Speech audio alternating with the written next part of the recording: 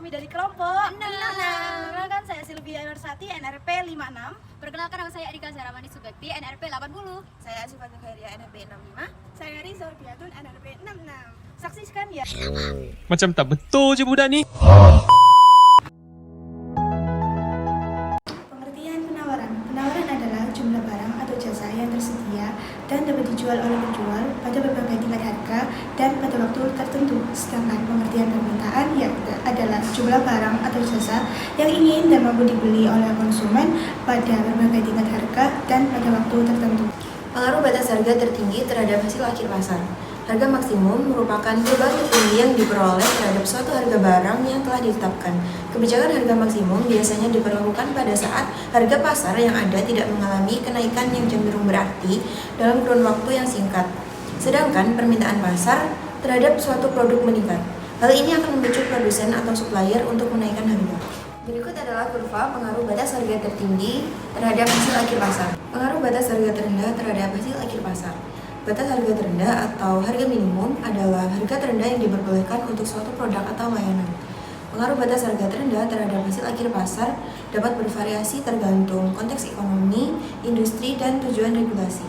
Berikut adalah kurva pengaruh batas harga terendah terhadap hasil akhir pasar. Pajak adalah kontribusi wajib kepada negara yang terutang oleh pribadi atau badan usaha yang bersifat memaksa berdasarkan undang-undang, dengan tidak mendapat imbalan secara langsung dan digunakan untuk keperluan negara bagi sebesar-besarnya kemakmuran rakyat. Pemerintah membuat kebijakan pajak untuk meningkatkan pendapatan bagi pembangunan proyek seperti sekolah, jalan, dan infrastruktur lainnya. Bagaimana pajak terhadap pembeli dan penjual yang mempengaruhi hasil akhir pasar? Pajak mengurangi aktivitas pasar. Ketika pajak dikenakan pada sebuah barang, jumlah permintaan terhadap barang tersebut menurun. Ketika pajak dibebankan kepada penjual, hal ini akan menambah biaya produksi. Hal ini akan mempengaruhi jumlah penawaran. Kurva penawaran bergeser ke kiri. Elastisitas dan pembagian beban pajak. Pembagian beban pajak cenderung pada elastisitas harga penawaran dan permintaan. Beban pajak cenderung menurun pada pasar yang kurang elastis. Studi kasus krisis minyak goreng di Indonesia. Kebijakan yang dilakukan pemerintah adalah meningkatkan ketersediaan CPO sebagai bahan baku industri minyak goreng. Untuk itu, pemerintah telah melakukan berbagai kebijakan, baik melalui penghapusan bea masuk maupun pengenaan pajak ekspor serta alokasi CPO pada badan urusan logistik atau bulog. Intervensi pemerintah yang telah dilakukan selama ini terhadap minyak sawit Indonesia terlihat bahwa senantiasa terjadi benturan-benturan kepentingan dalam penerapan kebijakan. Dua dilema kebijakan yang dihadapi yaitu: 1. Pilihan antara pengembangan industri minyak goreng dalam negeri atau mengimpor minyak goreng dan mengekspor bahan mentah pembuatan minyak goreng atau CPO sebagai penghasil devisa. 2. Pilihan antara menggunakan instrumen minyak goreng impor atau pengaturan produksi minyak goreng dalam negeri untuk pengelolaan stabilisasi harga minyak goreng dalam negeri. Dilema kedua ini langsung terkait dengan jaminan ketersediaan minyak goreng dalam negeri.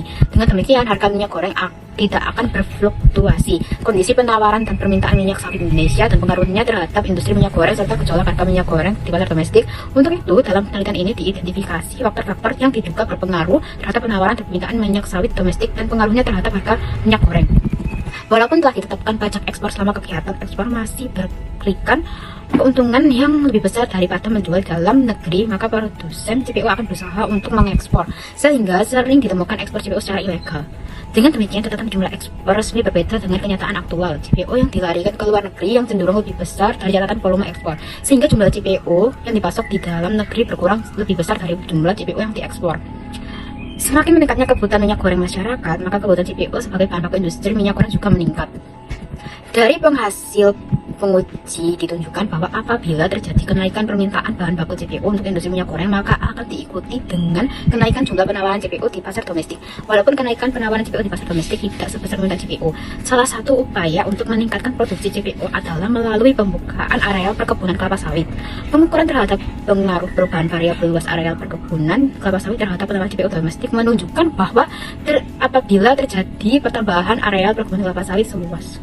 Soal dan aplikasi, subsidi adalah kebalikan dari pajak dengan $500 pajak untuk pembelian laptop. Pemerintah mengumpulkan $500 untuk setiap laptop yang dibeli. Dengan subsidi sebesar $500 untuk pembelian laptop, pemerintah membayar $500 untuk setiap laptop yang dibeli. A. Tunjukkan dampak dari $500 subsidi untuk setiap laptop dan kurva permintaan laptop. Harga efektif yang dibayar konsumen, harga efektif yang diterima oleh penjual, dan jumlah laptop yang terjual. B. Apakah konsumen diuntungkan atau dirugikan dari kebijakan ini? Apakah produsen diuntungkan atau dirugikan? Apakah pemerintah diuntungkan untuk dirugikan? Jawabannya A. Dampak dari subsidi $500 per laptop adalah penggeseran kurva permintaan naik sebesar $500 pada setiap kuantitas. Karena pada setiap kuantitas kesediaan konsumen untuk membayar adalah $500 lebih tinggi. Dampak dari subsidi tersebut ditunjukkan pada gambar. Sebelum subsidi, harga adalah A. Setelah subsidi, harga yang diterima penjual adalah A. Dan harga efektif yang dibayarkan konsumen adalah A, yaitu sama dengan A dikurangi $500. Sebelum adanya subsidi, jumlah laptop yang terjual adalah setelah subsidi jumlahnya meningkat menjadi seperti kurva berikut. Jawaban B. Berkat adanya subsidi, konsumen lebih diuntungkan karena mereka mengkonsumsi lebih banyak dari harga yang lebih murah. Produsen juga lebih diuntungkan karena mereka menjual lebih banyak dan lebih tinggi. Pemerintah rugi karena harus membayar subsidi.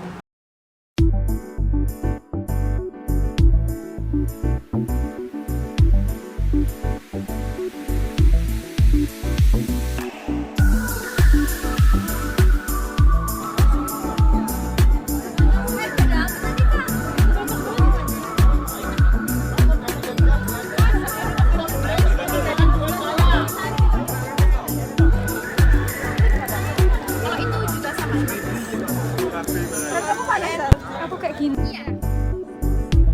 Oh iya, jangan lupa scan ya. Latar belakangnya kakak bikin toko ini gimana? Latar belakangnya bikin bisnis ini. Iya, bisnis ini. Karena kan kita sebenarnya kan desain manufaktur ya. Terus kita tuh bingung apa yang bisa bisnis apa yang bisa kita kembangkan dari molding kayak gitu. Terus kita kan nemukan kelihatannya kita pakai resin, terus kita cari ya sekarang lagi disukain orang-orang itu apa kebutuhannya. Terus souvenir itu ternyata banyak juga kebutuhan souvenir kayak gitu. Jadi kita Jadi kakaknya dari prodi desain manufaktur ya? iya desain manufaktur. Oke, makasih ya kak. Ini Iya. bagus banget kak.